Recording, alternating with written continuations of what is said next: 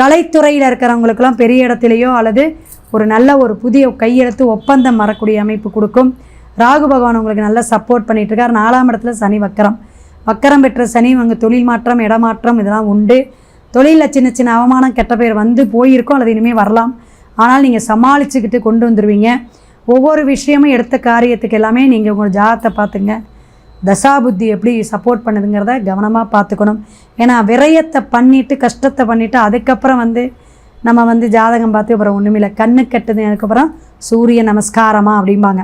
So இதெல்லாம் நீங்கள் கவனமாக இருக்கக்கூடிய காலகட்டங்கள். உங்களுடைய புதிய தொழில், புதிய கையெழுத்து ஒப்பந்தம் பண்ணுறது, தலைமைத்துவமான பதவி ஏற்பு பண்ணிக்கிறது, இதிலெல்லாம் கவனம் விழிப்புணர்வு தேவை அப்படிங்கிறத தனுசு ராசி நேயர்கள் எல்லாருமே தெரிஞ்சுக்கோங்க. உங்களுடைய காரியங்கள் சித்தியாகணும் அப்படின்னா உங்களுடைய தொழில் எப்போதும் போல் அப்படியே கொண்டு போயிட்டுருங்க. நல்ல மாதமாக இருந்து சுப மாதமாக இருந்தாலும் சுப நிகழ்ச்சிகள்லாம் கைகூடக்கூடிய விஷயங்கள் நடக்கும். திருமணம்